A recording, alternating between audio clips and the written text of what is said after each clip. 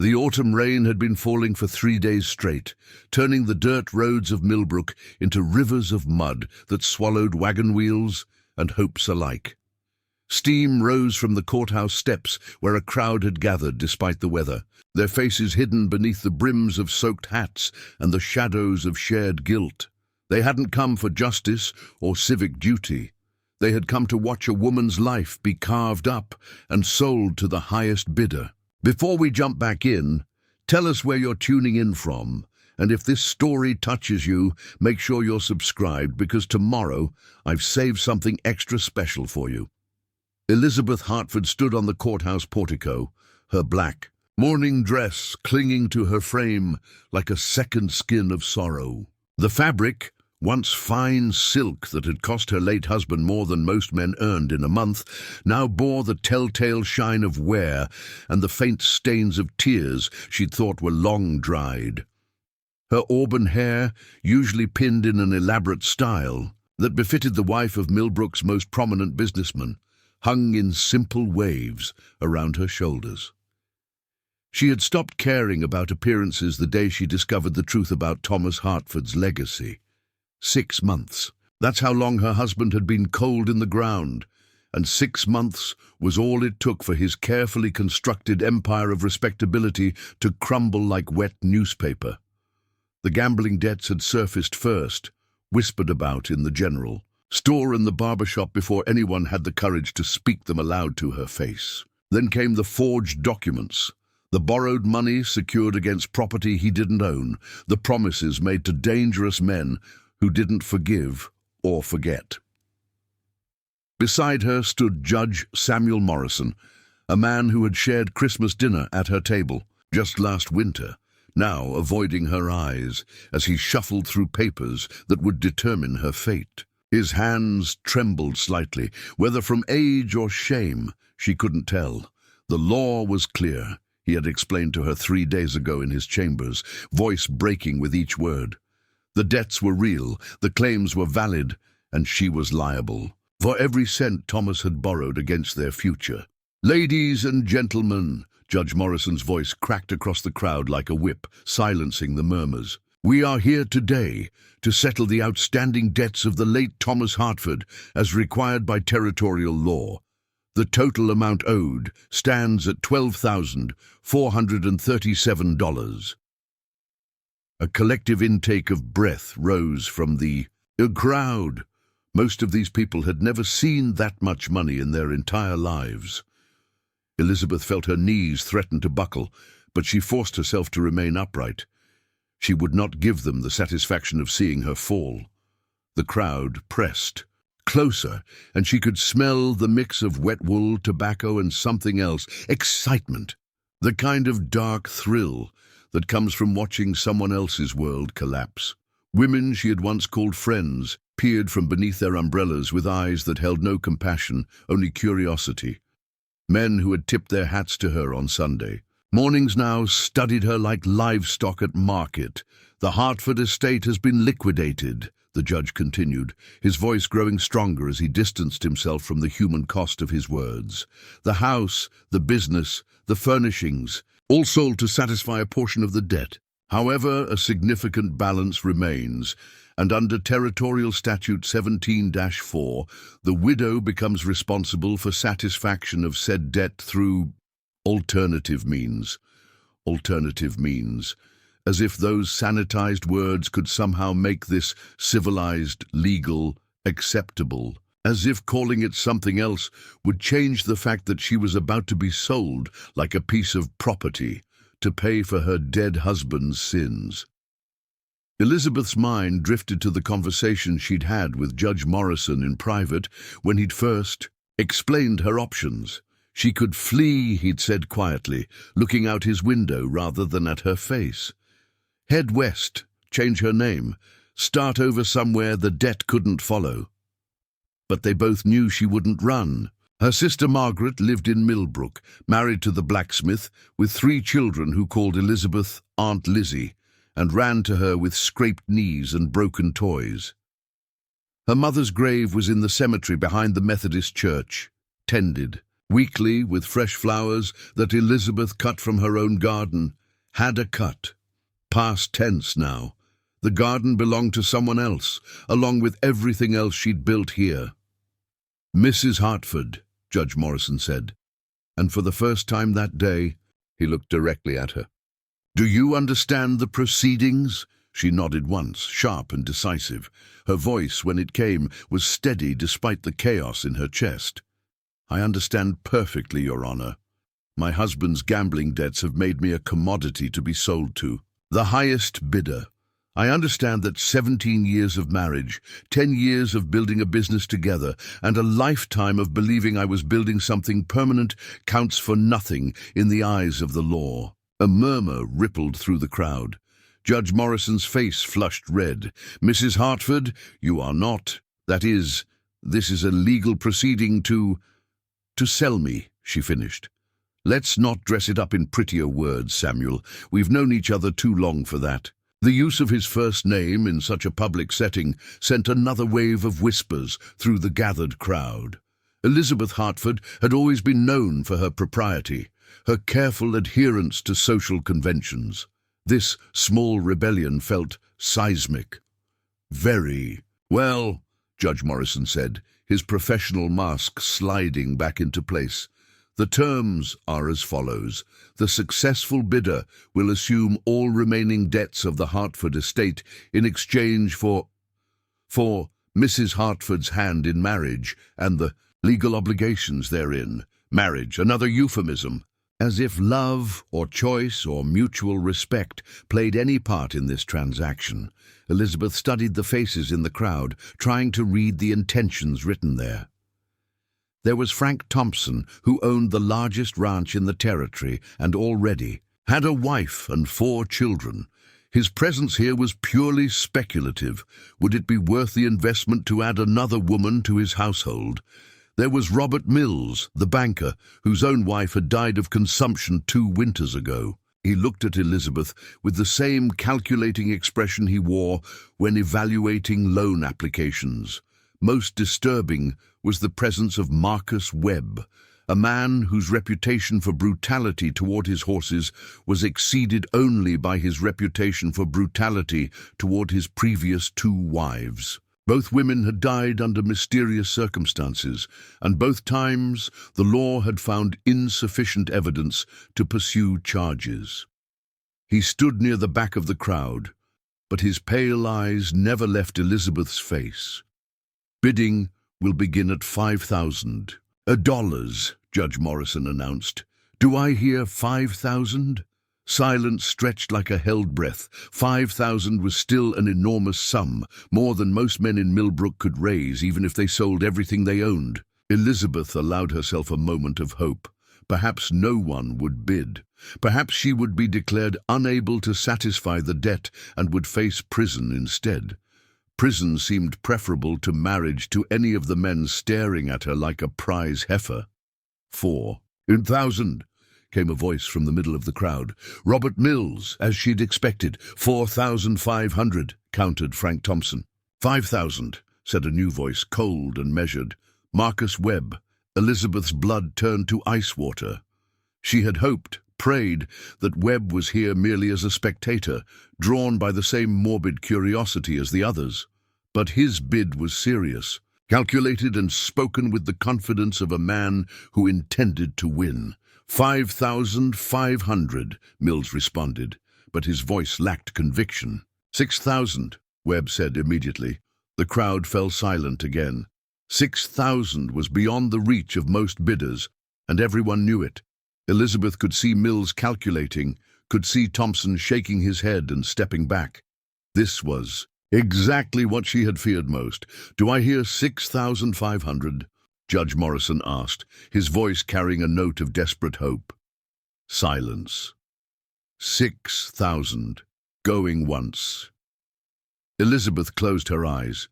In her mind, she was 17 again, standing in her father's cornfield at sunset, holding hands with a boy who had promised her the world. His name was Jonathan Mitchell, and he had loved her with the fierce, uncomplicated passion that only comes once in a lifetime. They had planned to marry after his return from college back east and had dreamed of building a life together in this very town. But Jonathan's father had died suddenly, and the family business had failed, and Jonathan had written her one last letter explaining that he couldn't ask her to share a life of poverty and uncertainty. He had noble intentions, had wanted to spare her the hardship of loving a man with no prospects. So he had broken both their hearts instead, disappearing into the vast American frontier like smoke on the wind. 2 years later, Thomas Hartford had come courting. Older, established, wealthy, everything that Jonathan Mitchell was not. Elizabeth had married him not for love, but for security, for the promise of a stable future. She had been a good wife and had played her role perfectly for 17 years. And this was her reward. 6,000 going twice. Elizabeth opened her eyes and looked out at the faces staring back at her. Some showed pity, others excitement, most showed nothing at all. She was 34 years old, and her life was about to become the property of a man who had already buried 2 wives under suspicious circumstances, going 3 times. The gavel was rising in Judge Morrison's hand when a voice cut through the rain and the murmuring crowd like a knife through silk. $10,000. Every head turned toward the back of the crowd, straining to see who had spoken. Elizabeth felt her heart stop, then start again with a rhythm she hadn't felt in 17 years. That voice, deep, quiet, certain. She would know it anywhere, even after all this time. The crowd parted like the Red Sea, and Jonathan Mitchell stepped forward into the clearing around the courthouse steps. He was taller than she remembered, broader through the shoulders, with lines around his eyes that spoke of years spent under an unforgiving sun. His dark hair was shot through with premature silver, and his clothes were travel-worn but well-made. He carried himself with the confidence of a man who had seen the world and learned to navigate its complexities. But his eyes, those deep brown eyes that had haunted her dreams for 17 years, those were exactly the same. He didn't look at her, not directly. His gaze was fixed on Judge Morrison, his expression unreadable. "I said $10,000. Marcus Webb's face had gone purple with rage. "You can't just walk in here and—" "I can," Jonathan said mildly, finally turning to look at Webb. "Unless you'd like to make it 15. Webb's mouth opened and closed, like a fish out of water. 10,000 was already beyond his reach, and everyone knew it. 15,000 might as well have been 1,000,000. Preparing and narrating this story took us a lot of time, so if you are enjoying it, subscribe to our channel. It means a lot to us. Now back to the story." Judge Morrison found his voice. "Sir, do you have the means to satisfy such a bid?" Without a word, Jonathan reached into his coat and withdrew a leather portfolio. From it he produced a bank draft and handed it up to the judge. Morrison studied it carefully, his eyebrows rising higher with each zero he counted. This is a draft of the First National Bank of San Francisco," he said, his voice filled with wonder, "for $15,000. "I prefer to pay cash," Jonathan said simply. "Consider the extra $5,000 compensation for the irregularity of the proceedings." Elizabeth felt the world tilt on its axis. $15,000 was more money than most people in Millbrook would see in a lifetime. It was enough to satisfy her husband's debts completely, with money left over. It was enough to buy her freedom, if freedom was what this was. "Do I hear any other bids?" Judge Morrison asked, though the question was clearly a formality. Silence. "Sold, then, to Mr. Mitchell," Jonathan said. "Jonathan Mitchell." And then, finally, he looked at her. Across 17 years, and a crowd of strangers, across the wreckage of 2 different lives, Jonathan Mitchell looked at Elizabeth Hartford and smiled. It was the same smile she remembered from that cornfield at sunset, soft and sad and full of promises. Judge Morrison banged his gavel. Sold to Mr. Jonathan Mitchell for $15,000.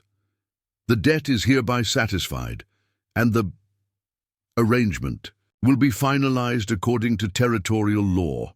The crowd began to disperse, chattering excitedly about what they had witnessed. Some looked disappointed that the drama was over.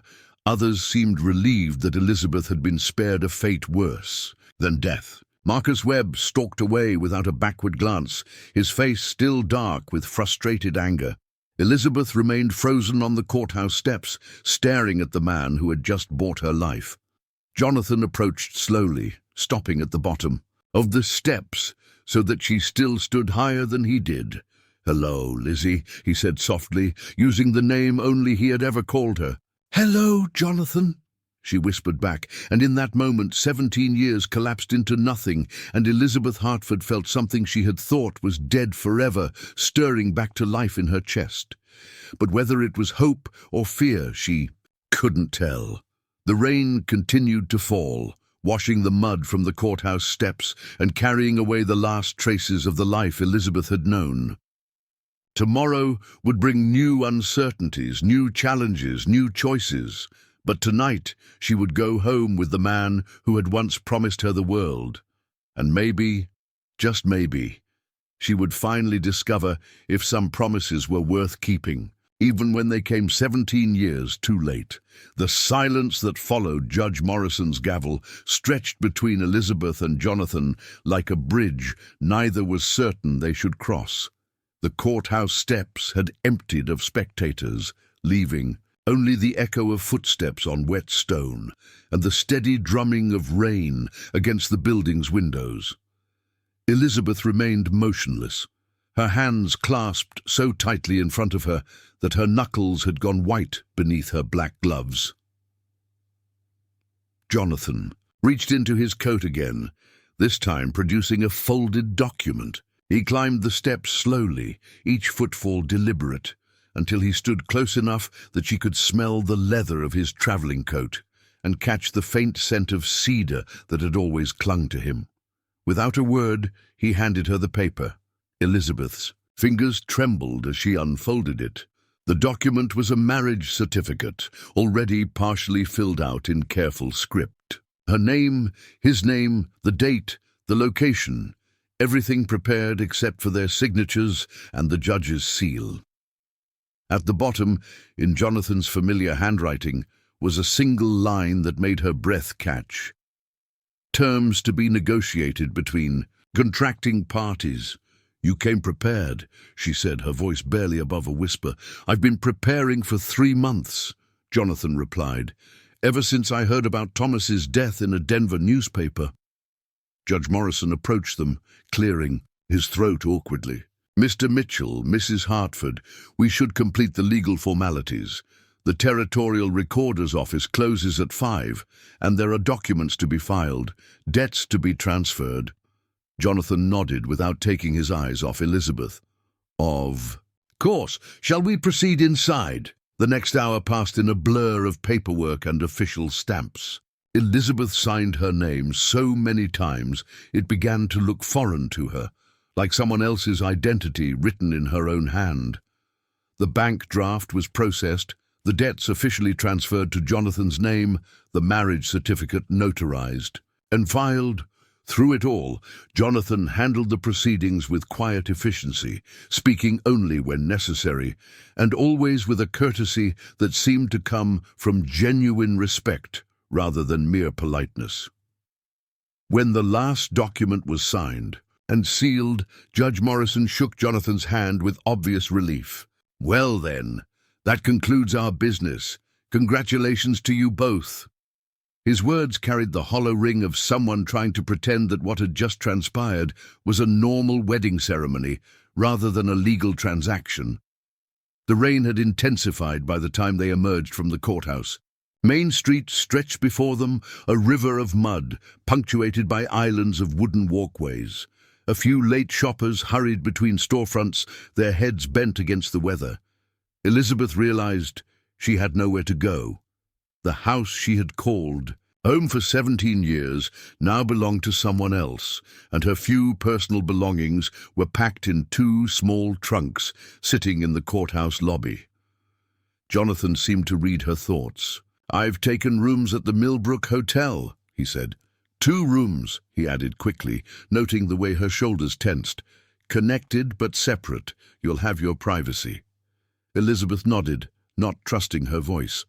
The hotel was only 3 blocks away, but the journey through the mud and rain felt endless.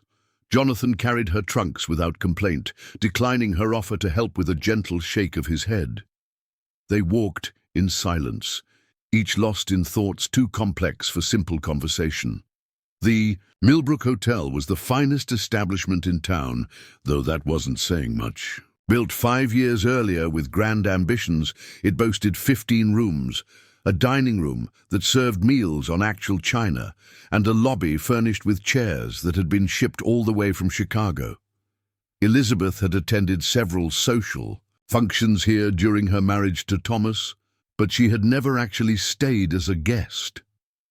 Jonathan approached the desk clerk, a nervous young man named Peter Wilson, whose father owned the local grain elevator. "Mr. Mitchell," Peter said with obvious relief. "Your rooms are ready, sir. Numbers 7 and 8, just as you requested." "Thank you." Jonathan handed the boy a silver dollar, which was probably more than Peter made in a week. "Could you arrange for hot baths to be drawn in both rooms, and perhaps some tea sent up to room 8? "Of course, sir, right away." As they climbed the narrow staircase to the second floor, Elizabeth found herself studying Jonathan's profile in the flickering gaslight. The boy she had known 17 years ago had been handsome in an earnest, unfinished way. The man beside her now carried himself with the assurance of someone who had seen more of the world than most people in Millbrook could imagine. There were scars she didn't remember, a thin line along his jaw, another across the back of his left hand, and his clothes, while travel-worn, were cut from expensive fabric. Room 8 was larger than she had expected, with a 4-poster bed covered in a quilt that had actually been made by machine rather than hand. A writing desk sat beneath the window, and 2 comfortable chairs flanked a small fireplace where someone had already laid kindling. Jonathan set her trunks beside the wardrobe and moved to light the fire. "You don't have to," Elizabeth said, finding her voice at last. "The room's cold," he replied simply, striking a match. "And you're shivering."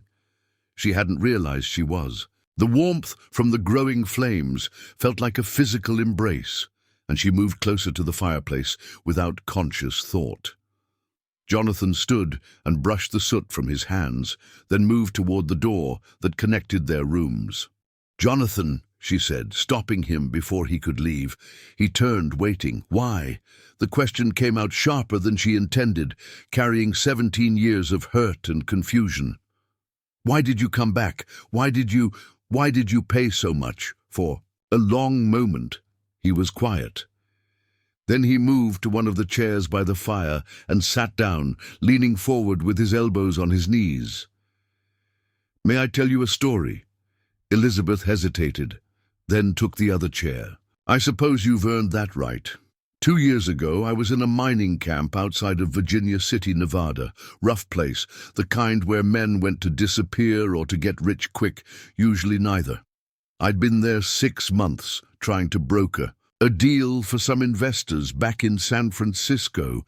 The deal fell through, like most of them do, and I was preparing to leave when I heard about an auction."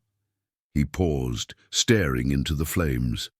"Not cattle or mining equipment. A family. Chinese immigrants who'd been working a played-out claim. The man had died in a cave-in, and his wife and 2 children were being sold to pay his debts to the company store. The bidding was ugly. Men talking about what they'd do with the woman, arguing over whether the children were old enough to work in the mines. Elizabeth felt something cold settle in her stomach. "What did you think?" "I bought them," Jonathan said simply. "All 3. Cost me every cent I had, and some I had to borrow. Then I put them on a stage in San Francisco with enough money to start over." Why? Jonathan looked at her directly for the first time since they'd sat down. Because 18 years ago, I walked away from someone I loved because I thought I was protecting her from a hard life. I told myself I was being noble, sacrificing my own happiness for her greater good, and I've regretted it every single day since. The words hung in the air between them like a challenge. Elizabeth felt her chest tighten with a mixture of anger and something dangerously close to hope. So you thought you'd come back and, fix your mistake? Buy yourself a clear conscience? No. His voice was steady, but she could see the tension in his shoulders. I thought I'd come back and make sure you had a choice. Something I didn't give you 18 years ago. A choice, Elizabeth repeated, testing the words. Between what? Jonathan stood and walked to the window, though there was nothing to see but rain-streaked glass and the darkness beyond. I've done well for myself, Lizzie. Better than I ever imagined when I left here. I own silver mines in Colorado, timber operations in Oregon, shipping interests in California. I'm not the poor farmer's son who couldn't offer you security. Money? She said quietly. Security, he corrected. Independence. The ability to go anywhere, do anything, be anyone you want to be.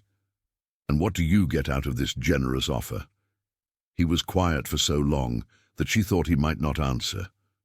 When he finally spoke, his voice was barely audible over the rain outside, a chance to stop wondering what might have been.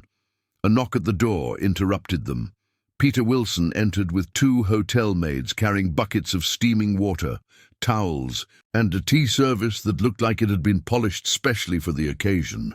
They filled the copper bathtub in the corner of the room with practiced efficiency, leaving behind soap that smelled of lavender and towels soft enough to have cost more than most people's monthly wages. When they were alone again, Jonathan moved toward the connecting door. I'll leave you to rest. We can discuss arrangements tomorrow, when you've had time to think. Jonathan. He stopped with his hand on the doorknob. The woman in Nevada, the one with the children, what was her name? Maylene, he said without hesitation. Her children were called Maylene and David. He'd chosen an American name. They're doing well, last I heard. She started a laundry business in San Francisco, saved enough to bring her parents over from China. You kept track of them. I keep track of everyone He paused, seeming to reconsider his words. Everyone I've helped. It's a habit. After he left, Elizabeth sat alone, by the fire, listening to the sounds of him moving around in the next room. The bathwater was still hot, scented with oils that reminded her of gardens she hadn't tended in months. She undressed slowly, catching glimpses of herself in the room's single mirror. Her body bore the marks of 17 years of marriage to a man who had grown increasingly careless with his affections. Not bruises, Thomas had never been physically violent, but a kind of accumulated weariness that seemed to have settled into her very bones. The hot water was a revelation. She couldn't remember the last time she had bathed in anything other than cold water heated over her kitchen stove. She sank into the copper tub until the water covered her shoulders, closing her eyes and letting the warmth soak into muscles that had been tense for months. But her mind wouldn't quiet. Jonathan's story about the Chinese family played over and over in her thoughts, mixing with memories of the boy she had loved and the man who had just bought her freedom. Or had he? Was this really freedom, or just a more comfortable cage? Through the thin wall between their rooms, she could hear Jonathan moving about, the soft thud of boots being removed, the creak of floorboards, the sound of water being poured into a basin. Normal, domestic sounds that somehow seemed more intimate than anything she had shared with Thomas in years. She thought about the marriage certificate, still damp with official ink, that made her legally bound to a man she hadn't spoken to in 17 years. She thought about the terms to be negotiated clause he had written at the bottom, and wondered what kind of negotiation was possible between two people with such a complicated history. Most of all, she thought about the way he had looked at her in that moment before the crowd dispersed, like she was something precious he had lost and found again. It was a look that stirred feelings she had buried so deep she had forgotten they existed. Outside, the rain continued to fall, washing away the last traces of her old life. Tomorrow would bring new challenges, new questions, new possibilities. But tonight, for the first time in months, Elizabeth Hartford felt warm and safe and clean, and for the first time in 17 years, she allowed herself to wonder if maybe, just maybe, some stories deserved a second chance. Elizabeth woke to sunlight streaming through unfamiliar windows and the sound of voices in the street below. For a moment, disorientation clouded her thoughts. The bed was too soft, the room too quiet, the air too warm. Then memory returned like a flood. The auction, Jonathan's unexpected appearance, the marriage certificate bearing both their names. She was no longer Elizabeth Hartford, widow and debtor. She was Elizabeth Mitchell, though what that meant remained as mysterious as the man sleeping in the room next door. The voices below belonged to early merchants setting up their stalls for market day. Elizabeth rose and moved to the window, pulling aside the heavy curtains to look down at Main Street. The rain had stopped sometime during the night, leaving the world washed clean and gleaming.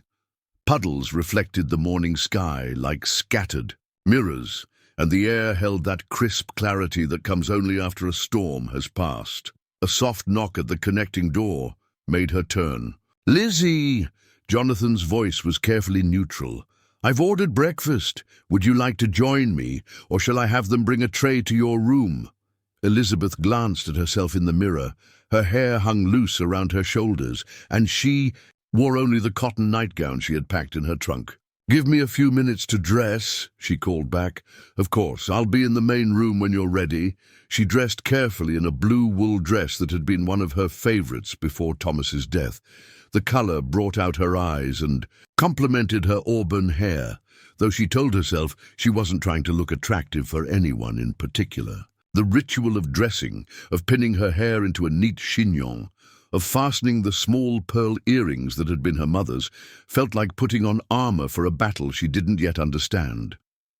The main room was actually a small sitting area that connected their two bedrooms, furnished with a table by the windows and a settee near another fireplace. Jonathan had dressed in a clean white shirt and dark trousers, his hair still damp from washing. He looked younger in the morning light, though the silver at his temples remained a stark reminder of the years that had passed between them. Breakfast was more elaborate than anything Elizabeth had eaten in months. Fresh eggs, thick bacon, biscuits with real butter, coffee that smelled like it had been ground that morning rather than weeks ago. There was even a small jar of honey and preserves made from strawberries that must have cost a fortune to import. "You don't have to do all this," Elizabeth said, settling into the chair across from him. Jonathan poured coffee into a china cup and passed it to her. "Do what? The expensive room, the elaborate meals, the—" She gestured vaguely at the luxury surrounding them. "The production." "I'm not putting on a production." He served eggs onto her plate with the same careful attention he might give to an important business negotiation. "I'm providing for my wife." The word hung between them like a stone dropped into still water. Wife. It was legally accurate but emotionally complicated, and they both knew it. "About that," Elizabeth said, cutting into her eggs with more force than necessary. "You mentioned terms to be negotiated." Jonathan nodded, his expression becoming more serious. "I did. Then perhaps we should negotiate." He set down his fork and leaned back in his chair, studying her face. "What would you like to know?" "Everything." The word came out more forcefully than she intended. "I want to know what you expect from this arrangement. I want to know what my obligations are, what my freedoms are, what happens if—" She paused, searching for the right words. What happens if this doesn't work? Fair questions. Jonathan stood and moved to a leather satchel sitting on the settee. From it, he withdrew a sheaf of papers bound with a blue ribbon. "I've taken the liberty of having some documents prepared." Elizabeth accepted the papers with skeptical curiosity. The top sheet was written in legal language that made her head swim, but as she read, the meaning became clear. It was a contract, but unlike any marriage agreement she had ever heard of. A separate property clause, she read aloud. Meaning you would retain ownership of any assets you acquire during our marriage. If you choose to start a business, inherit property, earn money through your own efforts, it remains yours, not mine. Elizabeth turned the page. A geographic freedom clause. You're free to travel wherever you wish, whenever you wish, with or without me. If you want to visit your sister or travel to San Francisco or decide you prefer life in New York, you have complete autonomy. The next clause made her breath catch. A dissolution provision. Jonathan's voice remained steady, but she caught a flicker of something in his eyes. If you decide this marriage isn't what you want, you can end it. I've arranged for a settlement that would provide you with enough money to live independently for the rest of your life, anywhere you choose. Elizabeth set the papers down and stared at him. This isn't a marriage contract. It's an escape plan. It's both. Jonathan returned to his chair, but didn't touch his breakfast. I won't have you trapped again, Lizzie. Not by debt, not by law, not even by me. And what do you get out of this arrangement? The questions seemed to catch him off guard. He was quiet for a long moment, staring out the window at the bustling street below. Time, he said finally. A chance to see if the woman I fell in love with 18 years ago still exists, and if she might be willing to take a chance on the man I've become. Elizabeth felt something shift inside her chest, like ice beginning to crack. And if she's not, then I'll have the satisfaction of knowing I kept my promise. What promise? Jonathan met her eyes directly. The one I made to myself the day I left, that if I ever had the chance to make things right, I would. After breakfast, Jonathan excused himself to attend to business matters, leaving Elizabeth alone. With her thoughts and the contract that seemed too good to be true, she read it 3 more times, looking for hidden clauses or subtle traps, but the language was straightforward and generous to a fault. She spent the morning walking through Millbrook, reacquainting herself with a town that felt both familiar and strange. The same buildings lined Main Street, but many housed different businesses now. Peterson's General Store had become Henderson's Emporium. The old bakery was now a telegraph office. Even the Methodist Church had added a new bell tower that changed its silhouette against the sky. At the cemetery behind the church, Elizabeth knelt beside her mother's grave and brushed away the leaves that had accumulated over the past week. Someone had placed fresh flowers there recently, white chrysanthemums that couldn't have come from any garden in Millbrook. "I brought those yesterday," a voice said behind her. Elizabeth turned to find her sister Margaret approaching, carrying a basket and wearing an expression of cautious hope. Margaret was 3 years younger but looked older, worn down by the demands of raising 3 children on a blacksmith's wages. Her brown hair was streaked with premature grey, and her hands were permanently stained from helping in her husband's forge. "Maggie," Elizabeth said, rising to embrace her sister. "I heard about what happened," Margaret said softly. "About the auction, about him." "Jonathan." "Yes, Johnny Mitchell. I remember him." Margaret's voice carried a mixture of curiosity and concern. "He was sweet on you before you married Thomas." Elizabeth looked back at their mother's headstone. "That was a long time ago. Not so long that I've forgotten the way you cried for months after he left." They walked together through the cemetery, past headstones bearing the names of people they had both known. Margaret's children were in school, and her husband was busy with the autumn rush of farmers needing tools repaired before winter. So they had the luxury of uninterrupted conversation. "Are you happy?" Margaret asked as they settled on a bench beneath an old oak tree. The question was so simple and so complicated that Elizabeth didn't know how to answer. "I'm not unhappy," she said finally. "That's not the same thing." "No," Elizabeth agreed, "it's not." Margaret was quiet for a moment, then reached into her basket and withdrew a small cloth bundle. Inside were 3 letters, their edges worn from handling. "These came for you over the years," Margaret said. "Addressed to Elizabeth Hammond, your maiden name. I never knew who they were from until yesterday, when I saw the return address again." Elizabeth's hands trembled as she recognized Jonathan's handwriting on the envelopes. The postmarks were from different cities, Denver, San Francisco, Portland, and spanned the last 5 years. "You never told me," Elizabeth whispered. "I didn't know if you'd want to know. You seemed settled with Thomas. Not happy maybe, but settled. And these letters, they felt like they might disturb that peace." Elizabeth slipped the letters into her reticule without opening them. Some things, she decided, were better read in private. That afternoon, she found Jonathan in the hotel's small business office, bent over a stack of telegrams and correspondence. He looked up when she entered, his face brightening in a way that made her remember the boy he had been. "How was your morning?" he asked. "Illuminating." She took the chair across from his desk.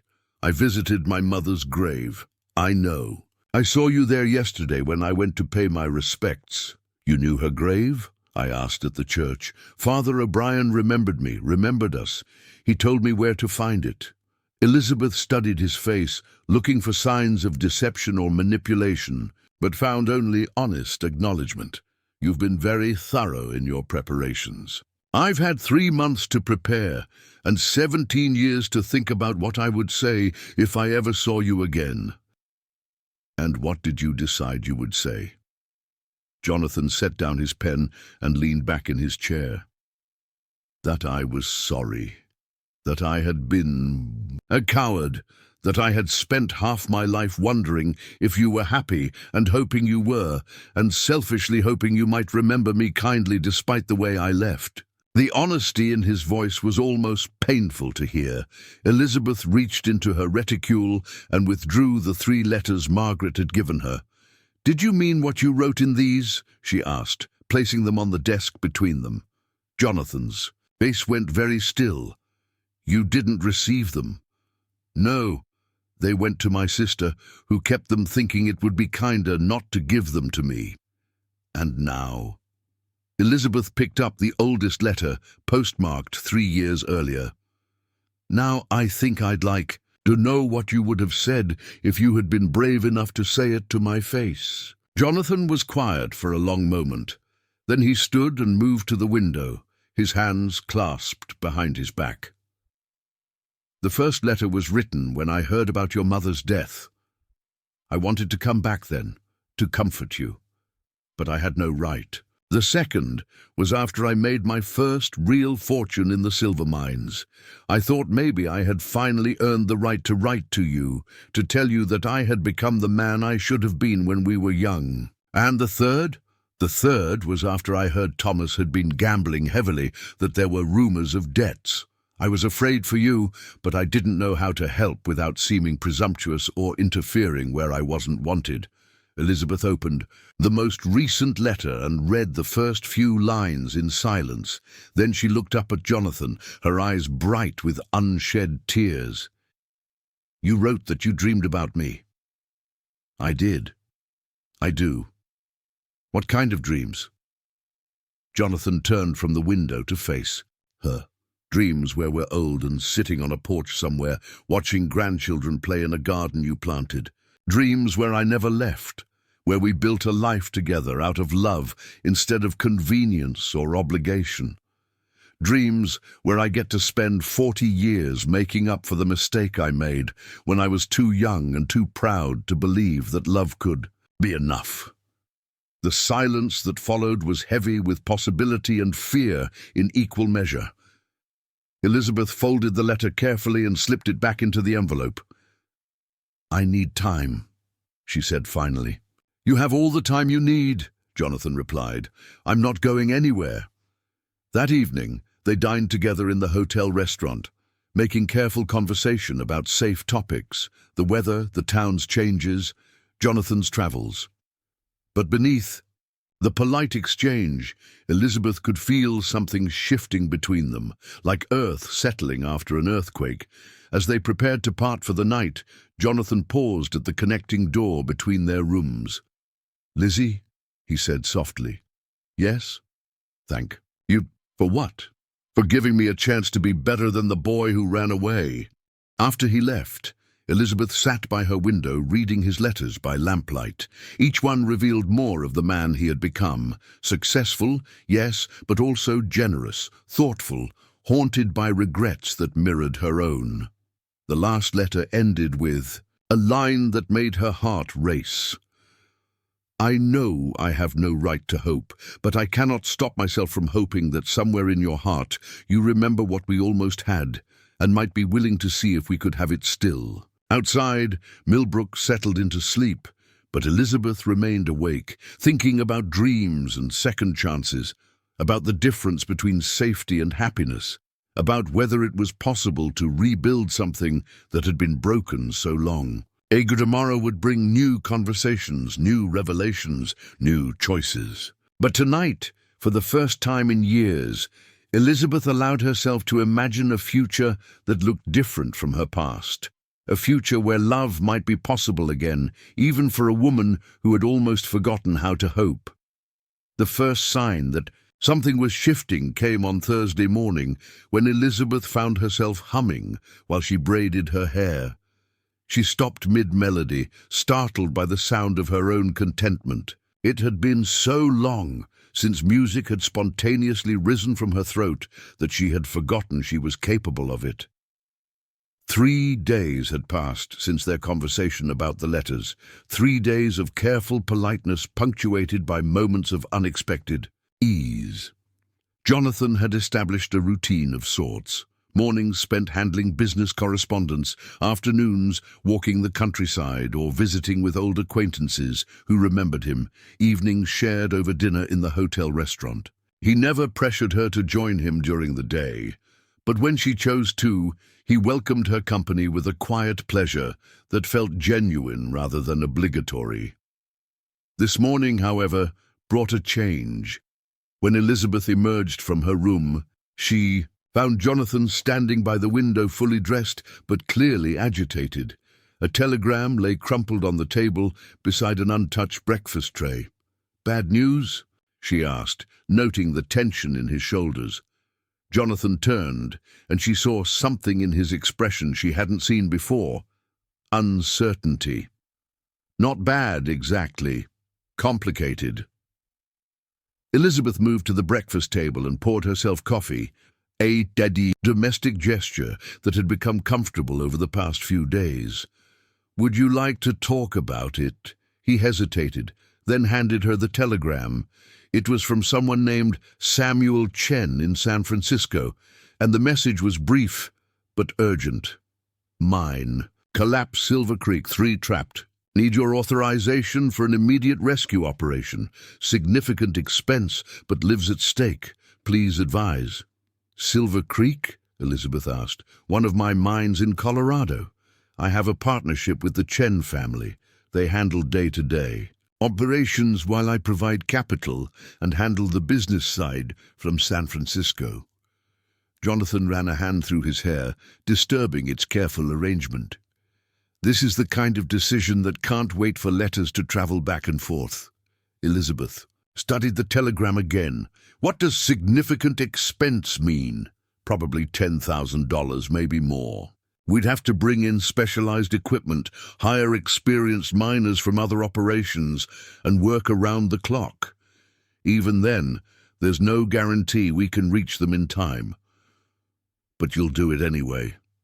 It wasn't a question, and Jonathan seemed surprised by her certainty.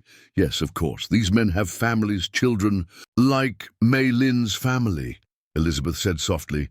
Jonathan's expression shifted, becoming something more vulnerable. "You understand." I'm beginning to. Elizabeth set down the telegram and looked at him directly. What do you need to do?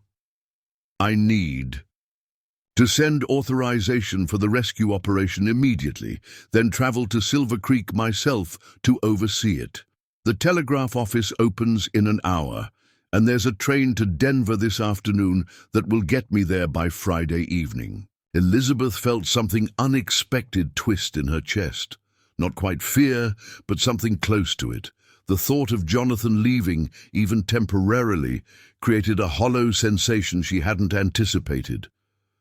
How long will you be gone? She asked, keeping her voice carefully neutral.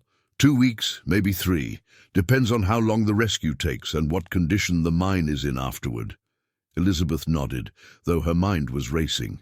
3 weeks alone in Millbrook, returning to the sympathetic looks and whispered conversations of people who saw her as either pitiable or scandalous, depending on their disposition.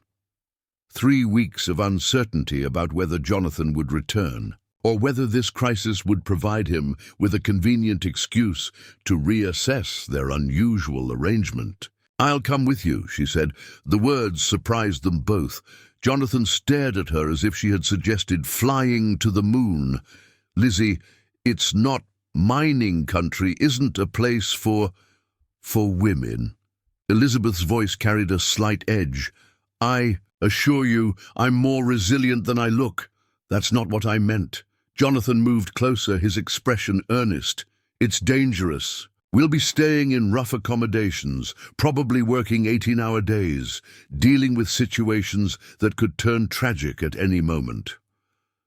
I wouldn't want you to see you fail, Elizabeth challenged, or to see you succeed in something that matters to you. Jonathan was quiet for a long moment, studying her face as if seeing something there he hadn't noticed before. Why? He asked finally. Elizabeth considered the question carefully. The honest answer was complicated, partly curiosity about this man she was legally bound to but emotionally distant from, partly a desire to escape Millbrook's suffocating sympathy, partly something else she wasn't ready to name. Because, she said finally, I've spent the last year watching my life happen to me instead of living it, and because I think I'd like to see what kind of man you really are when everything you've built is on the line. An hour later, they stood together in the telegraph office, while Jonathan dictated his response to Samuel Chen. Elizabeth watched him work, noting the precision of his language, the way he balanced urgency with clear thinking. He authorized the rescue operation without hesitation, arranged for additional funds to be transferred from his San Francisco accounts, and provided detailed instructions for contingencies he hoped wouldn't be necessary. When can you be here? The telegraph operator asked. Saturday morning, Jonathan replied. Tell Chen to start the operation immediately. Don't wait for me. By noon, they were boarding the eastbound train to Denver. Elizabeth had packed quickly, choosing practical clothes over fashionable ones, though she had included one good dress for whatever social obligations might arise. Jonathan had secured a private compartment, which raised eyebrows among the other passengers, but provided them with space to talk without being overheard. As the train pulled away from Millbrook, Elizabeth felt a mixture of relief and apprehension. Through the window, she watched familiar landscapes give way to open prairie, then to the foothills of the Rocky Mountains. She had never traveled so far from home before, never seen a country that stretched endlessly toward horizons she couldn't name. Having second thoughts? Jonathan asked, noting her quiet attention to the scenery. No, Elizabeth said, and realized she meant it. I'm having first thoughts about a lot of things. Such as?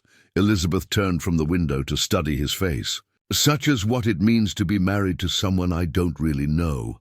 Such as whether I want to know you or whether I'm more comfortable keeping you at a distance. Jonathan leaned back in his seat, his expression thoughtful. And what are you concluding? That comfort is overrated, Elizabeth said. I was comfortable with Thomas for 17 years, and comfort nearly destroyed me. The train journey to Denver took 12 hours, with stops in small towns that looked increasingly foreign to Elizabeth's eyes.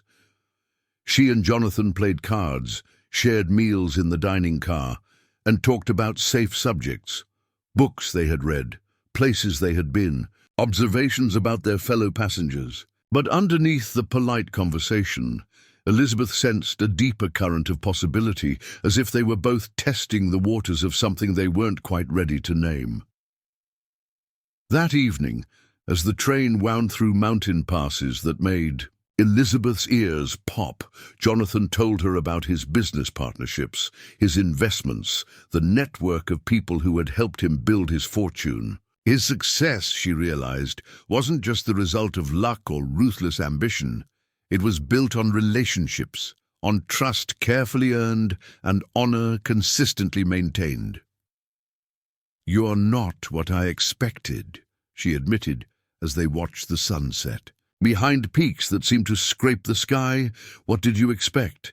Someone harder, I think. Someone who had to become ruthless to succeed." Jonathan was quiet for a moment. "I tried that approach for a while in the beginning. It didn't suit me. Turns out you can build more with trust than with fear, though it takes longer." "Is that what this is?" Elizabeth asked. "Building trust?" "I hope so," Jonathan said simply. They reached Denver Friday evening and spent the night in a hotel that was grander than anything Elizabeth had ever seen. Her room had electric lights, running water, and a view of the city that stretched out below them like a constellation fallen to earth. Jonathan had arranged for separate rooms again, but this time they shared a sitting area where they could talk privately. Saturday morning brought another train, this one smaller and more utilitarian, that carried them into the heart of Colorado's mining country. The landscape here was different from anything Elizabeth had ever seen. Raw, dramatic, carved by nature, and scarred by human ambition. Mountains rose around them like sleeping giants, their faces marked by the roads and buildings of men who had come seeking fortune in the earth. Silver Creek proved to be less a town than a collection of buildings. Clustered around the mine entrance, there were bunkhouses for the miners, a company store, a few family homes for the married workers, and a larger house that served as headquarters for the operation. Everything was covered in a fine layer of dust that spoke of constant activity and the eternal struggle between human industry and natural forces. Samuel Chen met them at the small train depot. He was a man in his 40s with intelligent eyes and hands calloused from years of mining work. His English was precise but accented, and he greeted Jonathan with the familiarity of someone who had shared both profits and losses. "The situation is worse than I indicated in the telegram," Chen said without preamble as they walked toward the mine. "The collapse was more extensive than we first realized. We've been working for 2 days straight, but we're still at least 20 feet from where we think the men are trapped." "Are they alive?" Jonathan asked. "We think so. We've heard tapping, signals that suggest at least one of them is conscious. But time is running short. The air down there—" He didn't need to finish. Elizabeth had never been near a mine before, but she understood that men trapped underground faced multiple threats: cave-ins, flooding, poisonous gases, and the simple fact that air didn't last forever in sealed spaces. At the mine entrance, Elizabeth got her first real glimpse of the operation Jonathan had built. Dozens of men worked with focused intensity, some operating the steam-powered equipment that pulled debris from the tunnel, others descending into the earth with rescue equipment. Still others maintaining the constant flow of fresh air and supplies that kept the rescue effort alive. "Mrs. Mitchell," Chen said, noting her presence for the first time. "I should have mentioned this is no place for—" "She stays," Jonathan said firmly. "Elizabeth, this is Samuel Chen, my partner and the best mining engineer I've ever worked with. Samuel, this is my wife, and she has every right to be here." Elizabeth felt something warm settle in her chest at Jonathan's defense of her presence. It was the first time he had publicly claimed her as his wife, without qualification or explanation. The next several hours passed in a blur of activity and tension. Jonathan threw himself into the rescue effort with a single-minded determination that revealed more about his character than months of conversation might have done. He worked alongside the miners, his expensive clothes soon covered in dust and grime, his hands bleeding from handling rough equipment, his voice hoarse from shouting instructions over the noise of the machinery. Elizabeth found ways to make herself useful, helping the camp cook prepare meals for the exhausted workers, carrying water and supplies to the men at the mine face, organizing the medical supplies that would be needed when the trapped miners were finally reached. No one questioned her presence after the first few hours. She simply became part of the effort, another pair of hands working toward the common goal. As evening approached, they finally broke through to the chamber where the 3 men were trapped. 2 were unconscious but alive. The third had been tapping signals with a rock, maintaining hope and communication even as his own strength failed. Elizabeth watched Jonathan descend into the earth himself to help bring out the last man, refusing to delegate the most dangerous part of the rescue to someone else. When all 3 miners had been brought to the surface and loaded into wagons, bound for the nearest doctor, Elizabeth found herself standing beside Jonathan outside the mine entrance. Both of them were exhausted, dirty, and emotionally drained, but alive with the satisfaction of having saved 3 lives that might otherwise have been lost. "Thank you," Jonathan said quietly. "For what?" "For coming with me. For understanding why this mattered. For not making me choose between doing what was right and what?" Jonathan looked at her in the fading light, his face streaked with dirt, but his eyes clear and honest. "And being the kind of man you might be able to love." The words hung between them like a bridge neither had been willing to build before. Elizabeth felt her heart race, not with fear this time, but with something that might have been recognition. "Jonathan," she said softly. "I know it's too soon," he said quickly. "I know we're still figuring out what this is between us. But today, watching you work beside these men, seeing you care about people you'd never met before." "What?" "I remembered why I fell in love with you the first time," he said, "and I realized I might be falling in love with you all over again." Elizabeth reached out and touched his hand, feeling the cuts and calluses that spoke of honest work and genuine care for others. "Then I suppose," she said, "we'd better figure out what we're going to do about that." The stars were coming out, over the Colorado mountains, bright and clear in the thin air. Tomorrow would bring new challenges, assessing the damage to the mine, caring for the injured men, deciding whether to rebuild or relocate the operation.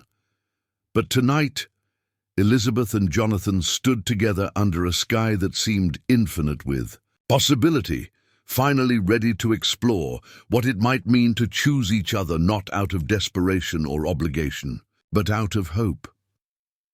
3 weeks in Colorado had changed everything, though Elizabeth wouldn't fully understand how much until they returned to Millbrook on a crisp October morning to find their world turned upside down. The train pulled into the familiar station just after sunrise, and Elizabeth felt a strange mixture of homecoming and displacement. The mountains of Colorado had become oddly comfortable to her. The thin air, the dramatic landscapes, the sense of being part of something larger than her own small concerns.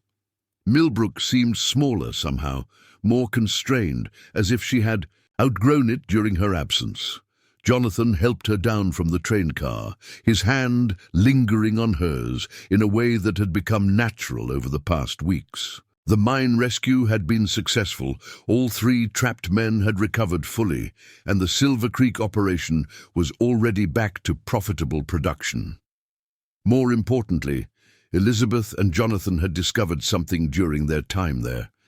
A rhythm of working together, of supporting each other, of being partners in more than just the legal sense. "Mrs. Mitchell," a voice called from across the platform. Elizabeth turned to see Peter Wilson from the hotel, rushing toward them, his face flushed with exertion and what looked like panic.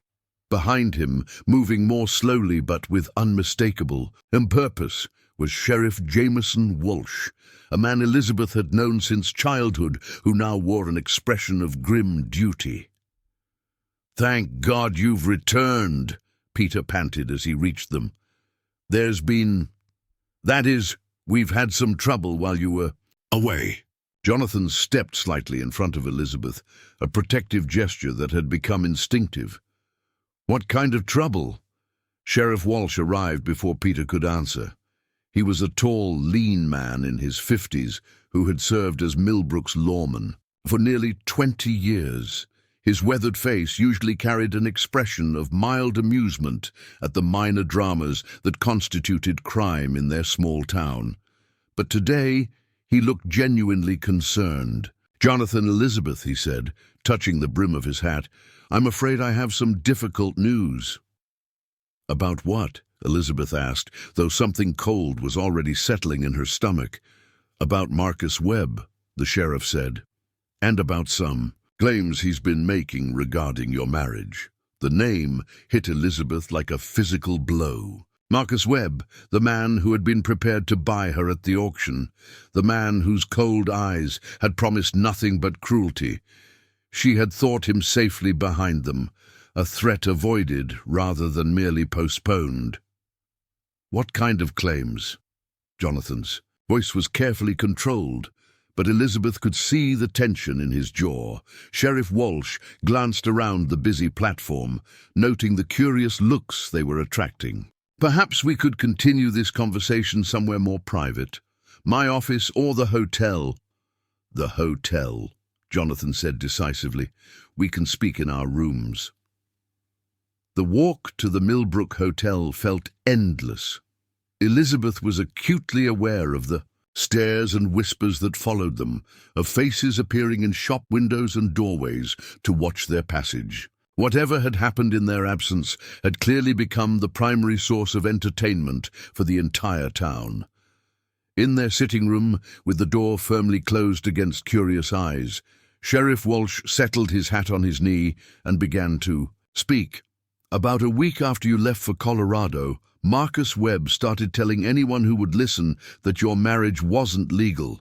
He's been claiming that Elizabeth was already promised to him, that he had a prior claim that superseded your bid at the auction." "That's ridiculous," Elizabeth said immediately. "There was no prior arrangement, no promise, nothing." "I know that, and you know that," Sheriff Walsh replied. "But Webb's been persistent. He's hired himself a lawyer from the territorial capital, a man named Silas Bradshaw, who specializes in creative interpretations of property law." Jonathan had gone very still. "What exactly is Webb claiming?" "He says that he and Thomas Hartford had a verbal agreement regarding Elizabeth's disposition in the event of Thomas's death. Claims it was part of a gambling debt, that Thomas promised her to Webb in lieu of cash payment." Elizabeth felt the room tilt around her. "That's impossible. Thomas never, he wouldn't have." But even as she spoke, doubts crept in. Thomas's gambling had become increasingly desperate in the months before his death. How many promises had he made? How many deals had he struck that she knew nothing about?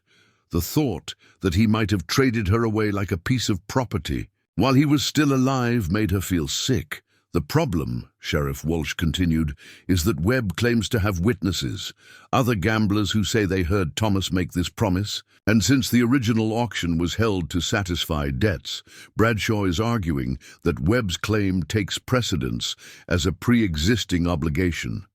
"Can he do that?" Elizabeth asked. "Legally, I mean?" Sheriff Walsh and Jonathan exchanged a look that didn't reassure her. "Territorial law is complicated," the sheriff said carefully, "especially regarding property rights and debt satisfaction. A good lawyer might be able to make the case that if Webb can prove a prior claim, your marriage to Jonathan could be declared invalid. And then what?" Elizabeth's voice was barely above a whisper. "Then you'd be considered an unmarried woman with outstanding debts," Jonathan said grimly. "Available for another auction." The words hung in the room like a death sentence. "Elizabeth, sank into a chair, her mind racing through the implications. Everything they had built over the past month, the trust, the growing affection, the partnership that had felt so natural in Colorado, could be swept away by a legal technicality and the lies of a dangerous man. "There's more," Sheriff Walsh said reluctantly. "Webb's been asking questions around town about your trip to Colorado. Specifically, he's been suggesting that since you and Jonathan traveled together before your marriage was properly consummated, that the union might be considered fraudulent from the start." Elizabeth felt heat rise in her cheeks, not from embarrassment but from rage. How dare he speculate about our private affairs? "He dares because he thinks he can win," Jonathan said. "The question is, what can we do to stop him?" Sheriff Walsh leaned forward in his chair. "I've been thinking about that. The key to Webb's case is his witnesses, the men who claim they heard Thomas make this promise. But gambling debts and promises made during card games, well, let's just say the people involved aren't always the most reliable witnesses." "You think they're lying?" Elizabeth asked. "I think they're being paid to lie," the sheriff replied bluntly. "Webb's been spending money freely since you left town. New clothes, expensive whiskey, debts mysteriously paid off. A man like Webb doesn't usually have that kind of cash unless he's expecting a significant return on his investment." Jonathan stood and began pacing the small room. "When is this supposed to come to court?" "Judge Morrison's scheduled a hearing for next Friday. That gives us 6 days to prepare a defense." "Or to solve the problem permanently," Jonathan said quietly. Something in his tone made Elizabeth look at him sharply. "What do you mean?" Jonathan stopped pacing and looked directly at her. "I mean we could leave tonight, if necessary. I have business interests in California, Oregon, Nevada. We could be 1,000 miles away before Webb's lawyer even realizes we're gone." The offer was tempting, Elizabeth had to admit. The thought of escaping Millbrook's gossip, Webb's threats, and the legal complications that seemed to multiply with each passing hour held obvious appeal. They could start fresh somewhere else, build a life together without the shadows of her past hanging over them, but something in her rebelled against the idea. "No," she said firmly. Both men stared at her. "Elizabeth," Jonathan said gently, "you don't understand what we're facing. Even if we win in court, Webb won't stop. He's obsessed, and obsessed men don't give up easily." "Then we'll deal with him again," Elizabeth replied. "And again if necessary, but I won't run." "Why not?" Sheriff Walsh asked, genuine curiosity. In his voice, Elizabeth stood and moved to the window, looking out at the town that had been her home for most of her life. "Because for the first time in my adult life, I've discovered what it feels like to make my own choices. In Colorado, I wasn't Thomas Hartford's widow, or Marcus Webb's potential victim, or even Jonathan Mitchell's legal obligation. I was just myself, a woman who could work, who could help, who could matter." She turned back to face them. "If I run now, I'll always be running. There will always be another Marcus Webb, another legal challenge, another reason to hide. But if we fight this and win, we win on our own terms." Jonathan's expression had shifted from concern to something that looked like admiration. Fighting might mean losing everything. If Webb's case is successful, you could end up in a much worse situation than if we simply disappear. "Or I could end up free," Elizabeth countered. "Really free, not just legally married, but emotionally, spiritually free to choose my own life." The room fell silent, except for the ticking of the mantel clock. Finally, Sheriff Walsh cleared his throat. "Well, if you're determined to fight, we'd better start planning. Bradshaw's a good lawyer, but he's not the only one in the territory. And there are ways to investigate Webb's claims, to find out where his sudden wealth came from, and who might be willing to testify against him." "What do you need from us?" Jonathan asked. First, I need a complete accounting of Thomas's gambling activities in the months before his death. Anyone he played with regularly, any debts that were particularly large or contentious, any unusual behavior you might have noticed. Elizabeth nodded. I can do that. Thomas wasn't good at hiding his activities toward the end. Second, I need to know exactly what happened at that mine in Colorado. If Webb's lawyer tries to claim your marriage is fraudulent based on when it was consummated, we need witnesses who can testify to your character and the nature of your relationship.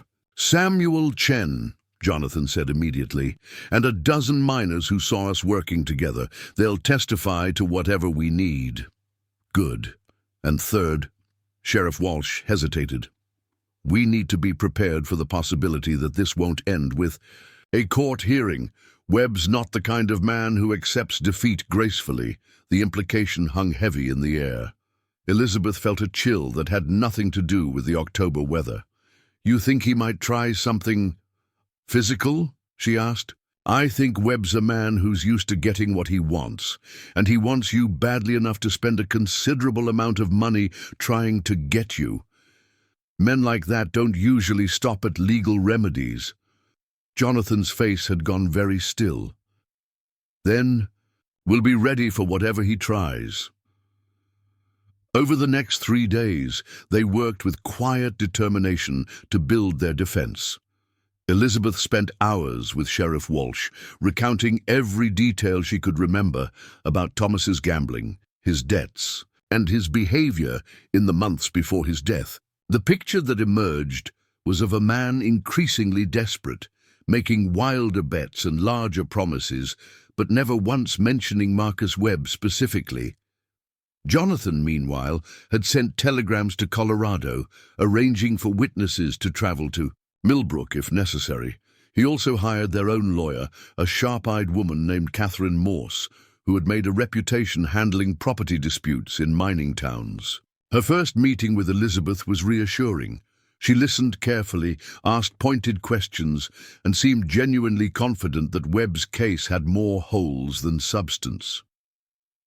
But as the week progressed, it became clear that the legal battle was only part of their problem. Webb had been busy during their absence, not just building his court case, but also working to turn public opinion against them. He spread rumors about Jonathan's wealth being ill-gotten, about Elizabeth's behavior in Colorado being improper, about their marriage being a sham designed to cheat legitimate creditors. Some people dismissed his claims, but others seemed all too willing to believe the worst. Elizabeth found herself facing cold stares in the general store, whispered conversations that stopped when she approached, a general atmosphere of suspicion that made every errand feel like running a gauntlet. The breaking point came on Thursday evening, the night before their court hearing. Elizabeth and Jonathan were returning from dinner at the hotel when they found their sitting room window broken and a note left on the table inside. The message was brief and unsigned. Leave town tonight or face the consequences.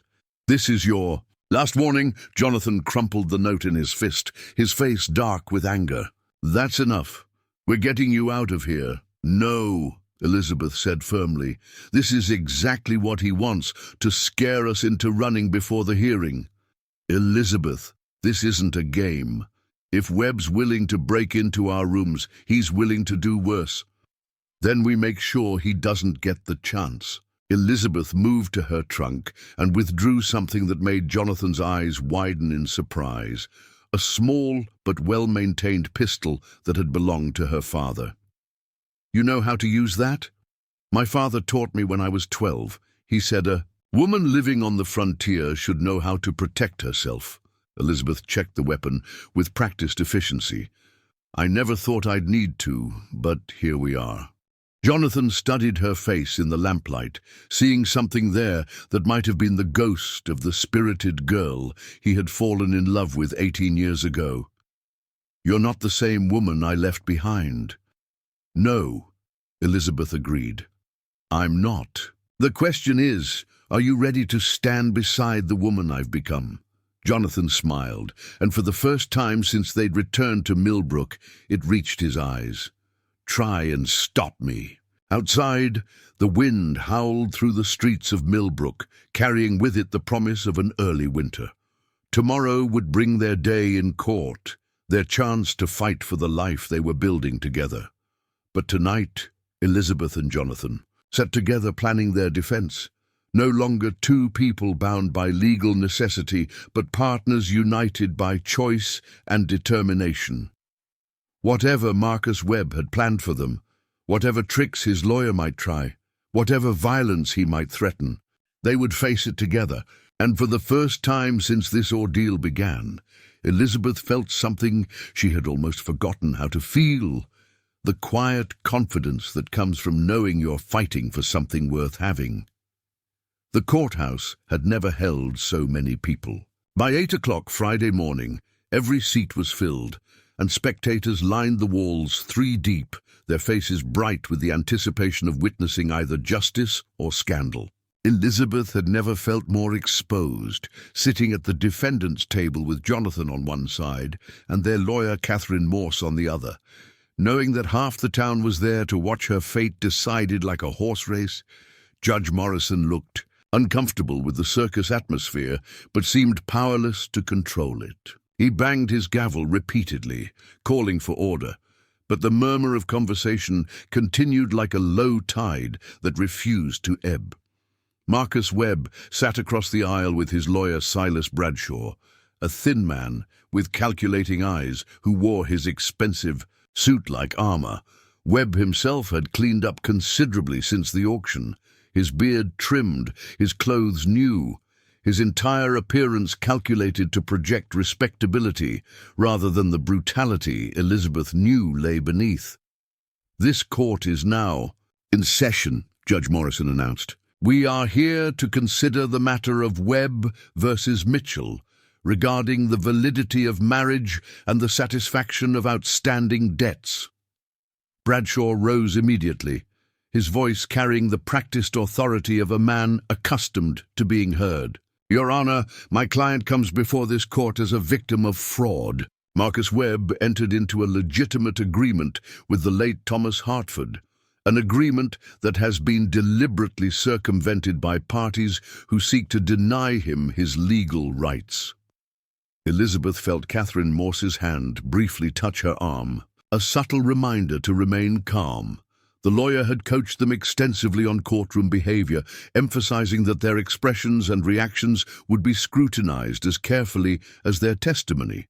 "The evidence will show," Bradshaw continued, "that Thomas Hartford, in settlement of substantial gambling debts owed to my client, promised his wife and all associated obligations to Mr. Webb upon the event of his death. This agreement was made in the presence of multiple witnesses and constituted a binding contract under territorial law. And yet," Bradshaw's voice rose theatrically, "when the time came to honor this agreement, the defendants conspired to circumvent it through a sham auction and fraudulent marriage designed to cheat my client of his legitimate claim." Catherine Morse stood as Bradshaw finished. Where he had been theatrical, she was precise. Where he had appealed to emotion, she appealed to logic. "Your Honor, the plaintiff's case rests entirely on the unsubstantiated claims of alleged witnesses to an alleged conversation that allegedly took place during a card game. No written agreement exists. No documentation supports these claims. What we have is the words of men who admit to being professional gamblers, offered in support of a man whose reputation for violence toward women is well established in this community." A murmur ran through the courtroom at this direct attack. On Webb's character, Elizabeth saw his face darken, his hands clenched into fists, before Bradshaw's restraining touch reminded him where he was. "Furthermore," Catherine continued, "the plaintiff's sudden acquisition of funds to pursue this case, coinciding with the convenient appearance of witnesses, suggests a pattern of manufactured evidence that this court should view with extreme skepticism." Judge Morrison held up his hand for silence. "Mr. Bradshaw, please call your first witness." The first witness was a man named Jake Pollard, a professional gambler who claimed to have been present at the card game where Thomas allegedly promised Elizabeth to Webb. He was a thin, nervous man who kept glancing at Webb as he spoke, his testimony sounding rehearsed and uncomfortable. "I heard Thomas Hartford clear as day," Pollard said, sweat beading on his forehead despite the cool morning air. "He said if he couldn't pay his debts by the end of the month, Webb could have his wife in settlement." Catherine Morse's cross-examination was surgical. "Mr. Pollard, when exactly did this alleged conversation take place?" "Must have been, early September. Early September of this year." "Yes, ma'am. And yet Mr. Hartford died in late August. How could he have made a promise in early September when he was already dead?" Pollard's face went white. That is, maybe it was late August. These card games, they all run together." "I see. And Mr. Pollard, isn't it true that you were arrested for forgery in Denver just last year?" "That was never proven." "But you were arrested. And isn't it also true that you've been staying at the Millbrook Hotel for the past week, with all expenses paid by Mr. Webb?" Bradshaw objected, but the damage was done. The second witness, a man named Carl Brennan, fared even worse under Catherine's questioning, admitting that he owed Webb money and that his testimony was part of an arrangement to forgive those debts. By the time the third witness took the stand, it was clear that Webb's case was crumbling. But Elizabeth found herself growing more, rather than less, anxious as the morning progressed. Desperate men were dangerous men, and Webb was looking increasingly desperate. During the lunch recess, Elizabeth and Jonathan walked to Margaret's house, seeking a brief refuge from the circus atmosphere of the courthouse. Margaret's kitchen felt like a sanctuary, warm and domestic, and far removed from the legal machinations that threatened to upend their lives. "How do you think it's going?" Margaret asked, serving them thick slices of bread with butter and jam. "Better than expected," Jonathan replied, though his expression remained cautious. "Their witnesses are falling apart under questioning." "But it's not over yet," Elizabeth added. She had learned not to count victories too early. They were finishing their meal when young Tommy Henderson burst through the kitchen door without knocking, his face flushed with excitement and fear. "Mrs. Mitchell," they said, "I should find you." "Quick, there's trouble at the hotel!" Elizabeth and Jonathan exchanged glances. "What kind of trouble?" Jonathan asked. "Fire!" Tommy gasped. "Someone set a fire in your rooms. The whole second floor is going up." They ran the 6 blocks to the hotel, arriving to find a crowd gathered in the street, watching smoke pour from the upper windows. The volunteer fire brigade was working frantically with their hand-pumped engine, but Elizabeth could see that their rooms and everything in them were already lost. "Anyone hurt?" Jonathan asked the hotel manager, Peter Wilson. "No, thank God." The fire started in your sitting room and spread fast. We got everyone out in time, but Peter gestured helplessly at the smoke and flames. Elizabeth stared at the destruction, feeling numb. Their clothes, her personal belongings, the few mementos she had salvaged from her old life, all of it was burning. But more than that, she understood the message Webb was sending. If he couldn't have her through legal means, he would destroy everything she cared about until she had no choice but to submit. "This wasn't an accident," she said quietly. "No," Jonathan agreed, his voice grim. "It wasn't." Sheriff Walsh appeared at their side, his expression dark. "I've been looking for you. We need to talk." He led them away from the crowd to a quiet spot behind the general store. "I have some news about our friend Webb. Turns out his sudden wealth has an interesting source." "Which is?" Catherine Morse had joined them, having heard about the fire. "Webb's been working with a group of men from the territorial capital, claim jumpers, confidence men, the kind who follow mining booms looking for easy profits. They've been financing his case here in exchange for a share of whatever property he might gain." "Property?" Elizabeth asked. "You," the sheriff said bluntly. "They see you as an investment, a beautiful woman who could be profitable in the right circumstances. Elizabeth felt sick.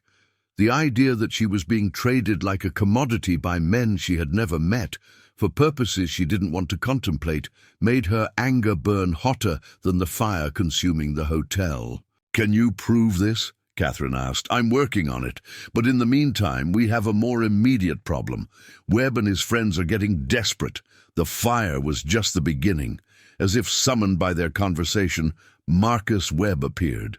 Around the corner of the building, flanked by two men Elizabeth didn't recognize. They were rough-looking characters, the kind who made their living through intimidation and violence rather than honest work.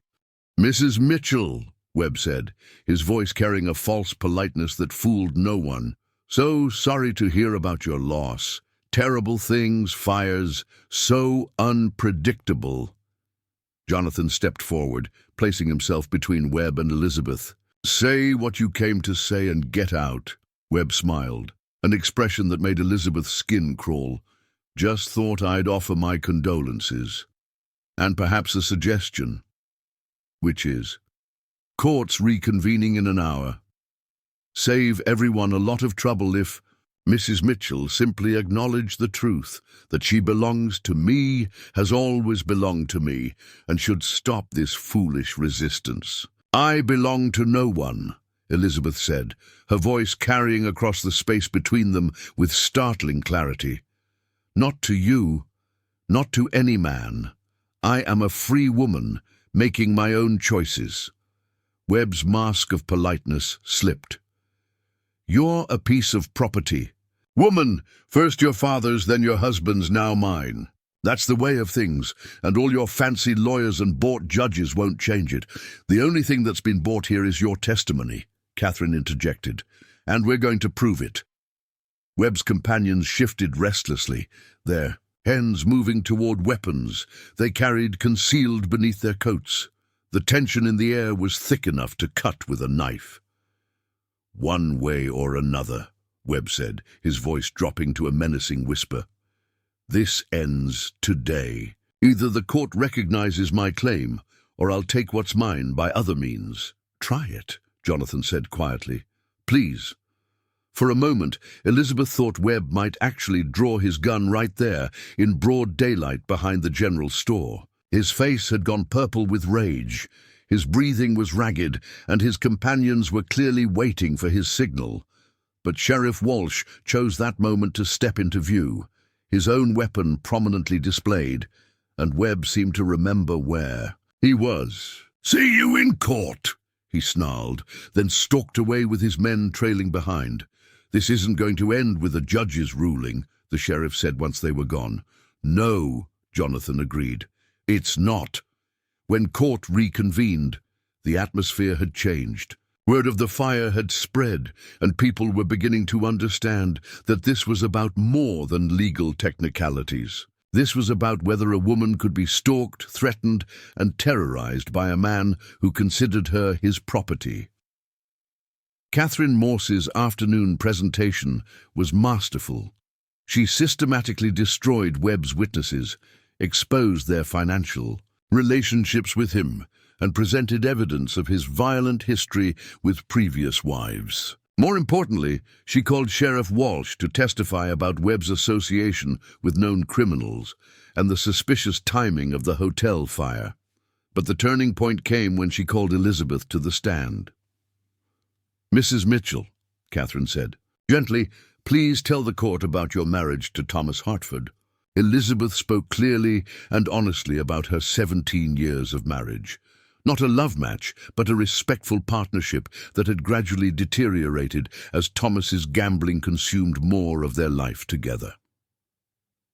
"Did your husband ever mention Marcus Webb to you?"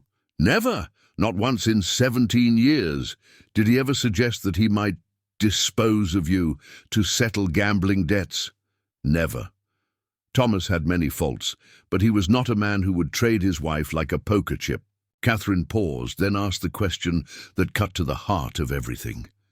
"Mrs. Mitchell, if this court were to rule in favor of Mr. Webb, what would you do?" Elizabeth looked out at the crowded courtroom, at the faces watching her with mixture. of sympathy and curiosity at Marcus Webb sitting with his lawyers and his hired thugs. Finally, her gaze settled on Jonathan, who was watching her with complete trust in whatever answer she might give. "I would resist," she said firmly, "by any means necessary.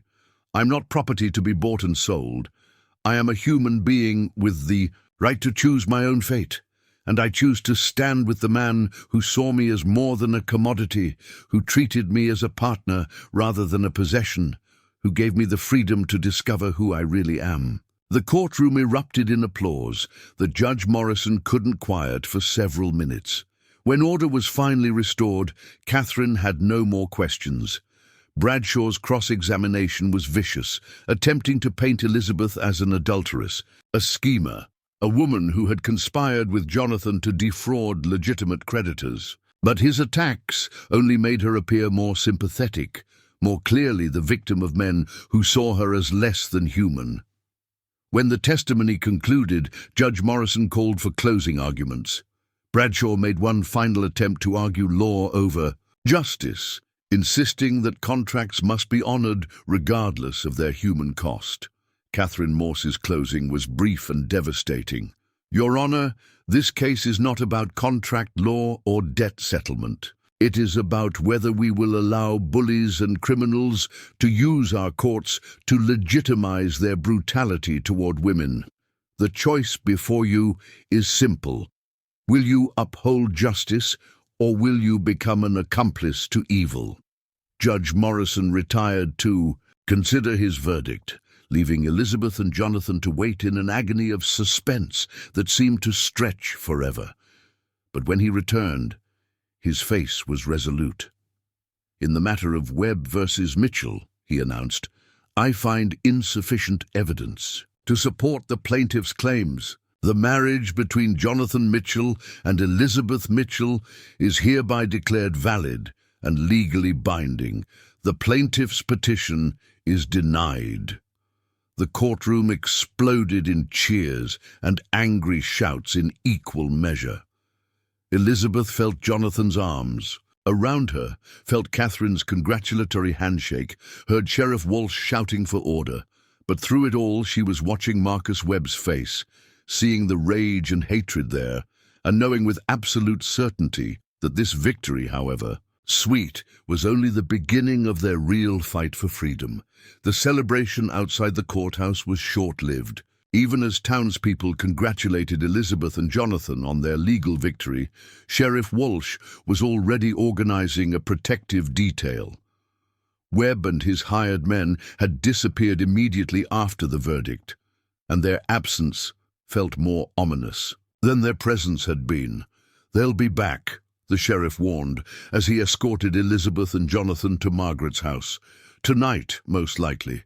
Men like Webb don't accept defeat gracefully, especially when they've invested this much money and reputation in the outcome." Margaret's husband, David, the blacksmith, had gathered several other men from town, farmers, shopkeepers, craftsmen, who had decided that enough was enough.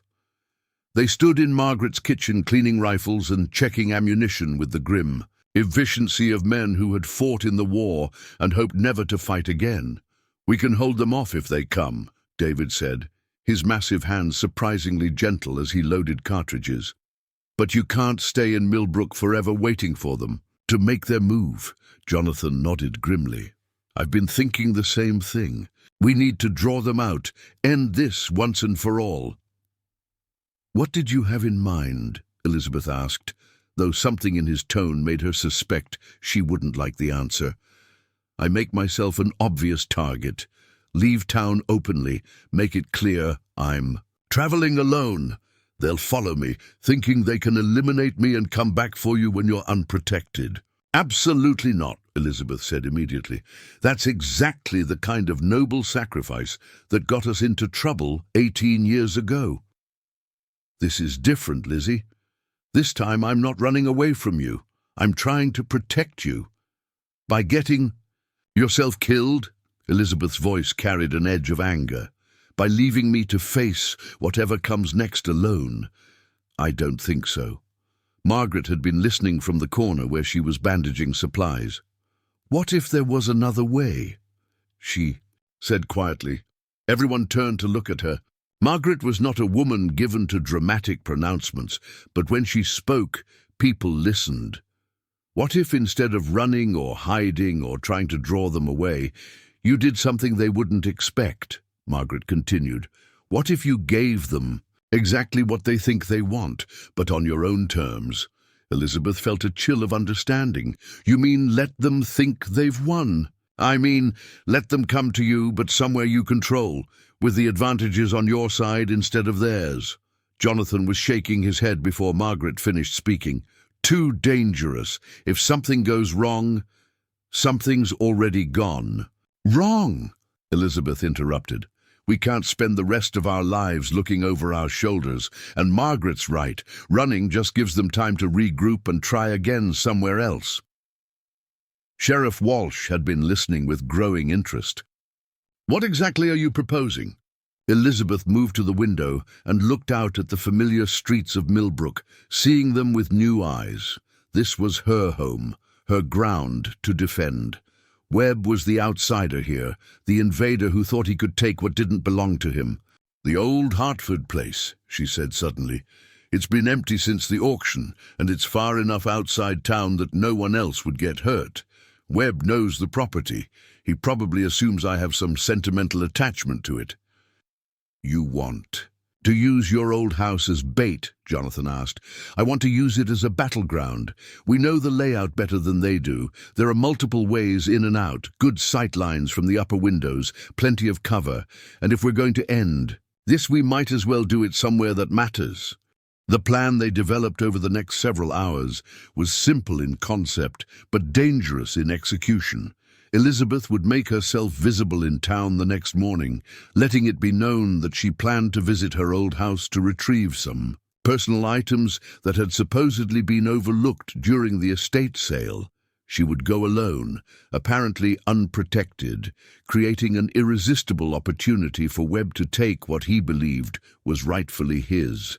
But she wouldn't actually be alone. Jonathan, Sheriff Walsh, and several other men would be positioned around the property, turning Webb's ambush into a trap of their own. It was risky, but it offered the possibility of ending the threat permanently rather than simply postponing it. I don't like using you as bait, Jonathan said for the 10th time as they made final preparations that evening. I don't like being hunted like an animal, Elizabeth replied. At least this way I'm the hunter for once. They spent the night in Margaret's spare room, unable to return to the burned hotel and unwilling to risk staying anywhere else. Elizabeth lay awake listening to Jonathan's breathing, thinking about how much had changed since that day on the courthouse steps. Then she had been a victim of circumstances beyond her control. Now she was an active participant in shaping her own destiny. Are you awake? Jonathan's voice was soft in the darkness. Yes. There's something I need to say, in case tomorrow doesn't go as planned. Elizabeth turned toward him, though she could barely make out his silhouette in the faint moonlight filtering through Margaret's curtains.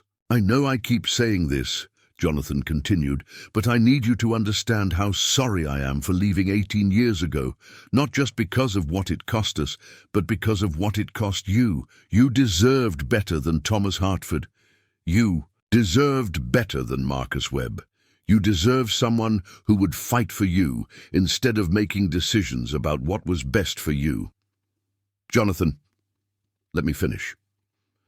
What I'm trying to say is that regardless of what happens tomorrow, these past weeks have been the happiest of my life, not just because I got you back, but because I got to see who you really are underneath all the years of having to be careful, having to be grateful, having to be less than you were meant to be. Elizabeth felt tears gathering in her eyes. You gave me space to become myself again. That's not something I can ever repay. You don't need to repay it. You just need to keep being exactly who you are. They talked until dawn, sharing memories and fears and hopes for a future that might begin the next day if they were lucky and brave enough to seize it. The morning came grey and cold, with a bitter wind that spoke of winter's approach. Elizabeth, dressed carefully in her darkest dress and warmest cloak, checking the small pistol concealed in her reticule one final time. She had never imagined that going to visit her former home would require such preparation. But then again, she had never imagined many of the things that had happened to her in recent months. The Hertford house sat on a small rise about 2 miles. Outside of Millbrook, surrounded by the remains of the garden Elizabeth had once tended with such care. The new owners had not yet taken possession, and the property had an abandoned air that made it seem larger and more isolated than she remembered. Elizabeth approached on foot, having left the borrowed horse at the main road as planned. Every step felt measured, deliberate, as if she were walking across a stage toward a performance that would determine the rest of her life. She knew Jonathan and the others were already in position, hidden in the barn and the surrounding trees, but she felt utterly alone as she climbed the front steps and turned the key that Sheriff Walsh had obtained from the court. The house smelled of dust and neglect. Furniture draped in white sheets stood like ghosts in rooms that had once held laughter and conversation and the quiet routines of daily life. Elizabeth moved through the familiar spaces, genuinely collecting a few small items she had missed. During the hasty packing after Thomas's death, her mother's china teacup, a book of poetry Jonathan had given her before he left for college, a small wooden box that contained her father's watch. But mostly, she waited. The attack came just after noon, as the pale winter sun reached its highest point in the cloudy sky. Elizabeth was in the kitchen, wrapping her mother's teacup in an old dish towel, when she heard the unmistakable sound of multiple horses approaching at speed. Through the window, she could see them, Webb in the lead, followed by the 2 men, who had been with him at the courthouse, and 3 others she didn't recognize. 6 men, all armed, all focused on the house where they believed their prize waited undefended. Elizabeth moved quickly to the center hallway, positioning herself where she could see both the front and back doors. Her heart was racing, but her hands were steady as she drew her father's pistol and checked the chambers one final time. The front door exploded inward with a crash that shook the entire house. Webb strode through the splintered wood like an avenging angel, his face twisted with rage and triumph in equal measure. "There you are," he snarled, spotting Elizabeth in the hallway. "Done running, are we? Ready to accept what's been decided?" "I was never running," Elizabeth replied, raising the pistol with both hands the way her father had taught her.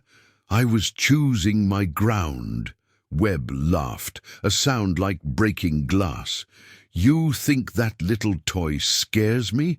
I've killed 2 wives already. Women, what's one more?" "The difference," Elizabeth said calmly, "is that I'm not your wife, I never will be, and I'm not alone." The words were a signal, and suddenly the house erupted in gunfire. Jonathan appeared at the top of the stairs. Sheriff Walsh came through. The kitchen door and David the blacksmith materialized from the parlor. Webb's men, caught in a crossfire they hadn't expected, scattered and returned fire wildly. The battle was brief but intense. Bullets splintered wood and shattered windows as Elizabeth pressed herself against the wall, waiting for her moment. One of Webb's men went down immediately, crying out as Sheriff Walsh's rifle found its mark. Another tried to flee through the back door only to run directly into David's massive arms. But Webb himself seemed to bear a charmed life, dodging bullets and returning fire with a precision that spoke of long experience with violence. He worked his way steadily toward Elizabeth, using furniture and doorways for cover, his eyes fixed on her with an intensity that was terrifying in its single-minded focus. "You can't have her!" Jonathan shouted from the stairs, putting himself between Webb and Elizabeth. "Watch me!" Webb snarled back, raising his pistol. The shot echoed through the house like thunder. Elizabeth screamed as she saw Jonathan stagger, blood spreading across his shirt. But even wounded, he didn't fall. Instead, he straightened and returned fire, his bullet catching Webb in the shoulder and spinning him around. That was Elizabeth's moment. As Webb stumbled, his attention momentarily diverted by his wound, she stepped out from cover and took careful aim with her father's pistol. "Marcus Webb," she said, her voice carrying clearly through the chaos. He turned toward her, his own weapon rising, his face a mask of hatred and pain. "This is for every woman you've hurt," Elizabeth said, and pulled the trigger. The bullet took. Webb sent a mass, dropping him to his knees. His pistol clattered across the floor as he looked down at the spreading stain on his shirt with an expression of genuine surprise. "You," he gasped, looking up at Elizabeth with eyes that were already beginning to glaze. "You're just property." "No," Elizabeth said quietly, lowering her smoking pistol. "I'm free." Webb pitched forward and lay still. The silence that followed the gunfire was profound, broken only by the sound of Jonathan breathing heavily as Sheriff Walsh helped him sit down. The wound in his shoulder was bloody, but not fatal, and David was already tearing strips from a sheet to make bandages. Of Webb's men, 2 were dead, 1 was wounded and captured, and the other 3 had fled into the countryside, where they would be hunted down over the following days. The threat that had loomed over Elizabeth and Jonathan's marriage was finally, permanently ended. "It's over," Sheriff Walsh said, looking down at Webb's body. "It's really over." Elizabeth holstered her father's pistol and moved to Jonathan's side, pressing her hand against his wound to slow the bleeding. "How bad is it?" "I'll live," Jonathan said, managing a weak smile, "though I think my shooting days are behind me." "Good," Elizabeth said firmly. "I prefer you alive and whole."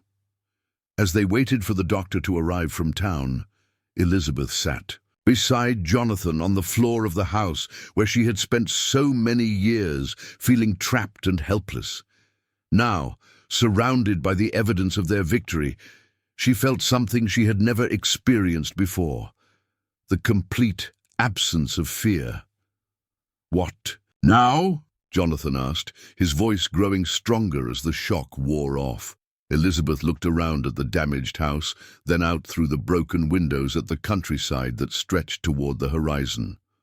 "Now we decide what our life looks like, together, as equals. Any ideas?" Elizabeth smiled, thinking of the mountains of Colorado, the mining camps where she had felt useful and valued, the vast possibilities of a country that was still being built by people brave enough to chase their dreams. "I think," she said, "we might want to go back to Colorado. I hear the territory's looking for people who aren't afraid of hard work and new challenges." Jonathan laughed, despite the pain in his shoulder.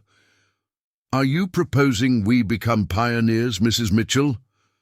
"I'm proposing we become whatever we want to be, Mr. Mitchell. Isn't that what marriage should be? 2 people choosing to build something together?"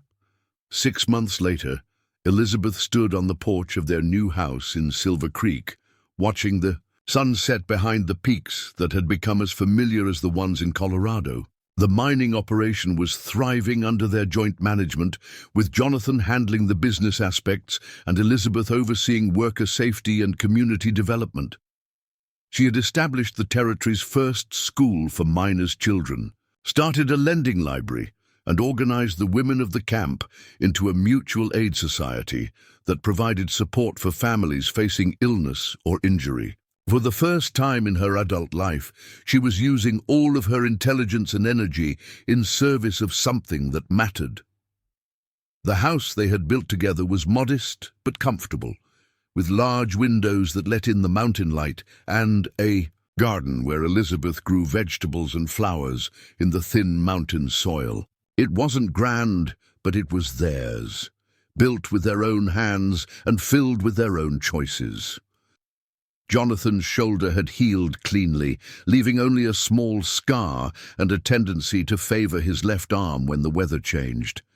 He had written to Mei Lin and her children, who were indeed thriving in San Francisco, and had started a fund to help other Chinese families establish themselves in America. His business continued to prosper, But he had learned to delegate more and worry less, understanding that success meant nothing if it came at the cost of happiness. Most importantly, they had learned to be married, not as master and property, not as savior and victim, but as partners who had chosen each other freely and completely. Their love had grown from mutual respect and shared values, rather than desperate need or romantic fantasy, making it stronger and more durable than either had thought possible. Margaret visited twice a year, bringing news from Millbrook and marveling at the changes in her sister. "You look like yourself again," she said during her latest visit. "Like the girl you were before life started telling you who you had to be." Elizabeth understood what she meant. The woman who had stood on the courthouse steps waiting to be sold had been a victim of circumstances beyond her control. The woman, who now ran a mining camp school and helped her husband build a business empire, was the author of her own story. The territorial legislature had passed new laws governing debt collection and the rights of widows, partly in response to the scandal surrounding Webb's case. Elizabeth had testified at the territorial capital, helping to ensure that no other woman would face the kind of auction that had nearly destroyed her life. She kept her father's pistol in a drawer beside her bed, though she hoped never to need it again. But its presence reminded her daily that freedom was not a gift to be received passively. It was a prize to be won and defended with whatever strength and courage she could muster. On quiet evenings, she and Jonathan would sit on their porch watching the stars emerge above the mountains, talking about their plans and dreams and the life they were still building together. Sometimes they spoke of children they might have, sometimes of businesses they might start, sometimes of places they might travel when the mining operation was established enough to run itself. But mostly, they talked about the present, about the daily miracle of choosing each other again and again, about the profound satisfaction of work that mattered, about the unexpected joy of discovering that love could be both practical and passionate when it was built on a foundation of genuine respect. Elizabeth had learned that marriage could be many things: a trap, a convenience, a legal arrangement, a desperate bargain. But at its best, it was a partnership between equals who had decided that life was better when shared with someone who saw and valued the person you really were underneath all the roles society expected you to play. The wind moved through the mountain pines with a sound like distant music, carrying with it the scent of snow from the high peaks and the promise of another winter to weather together. Elizabeth reached for Jonathan's hand, feeling the calluses earned through honest work, the strength that had defended her when she needed defending, the gentleness that had given her space to discover her own strength. "No regrets?" he asked, as he did sometimes on these quiet evenings. "None," Elizabeth replied, as she always did. "Not anymore."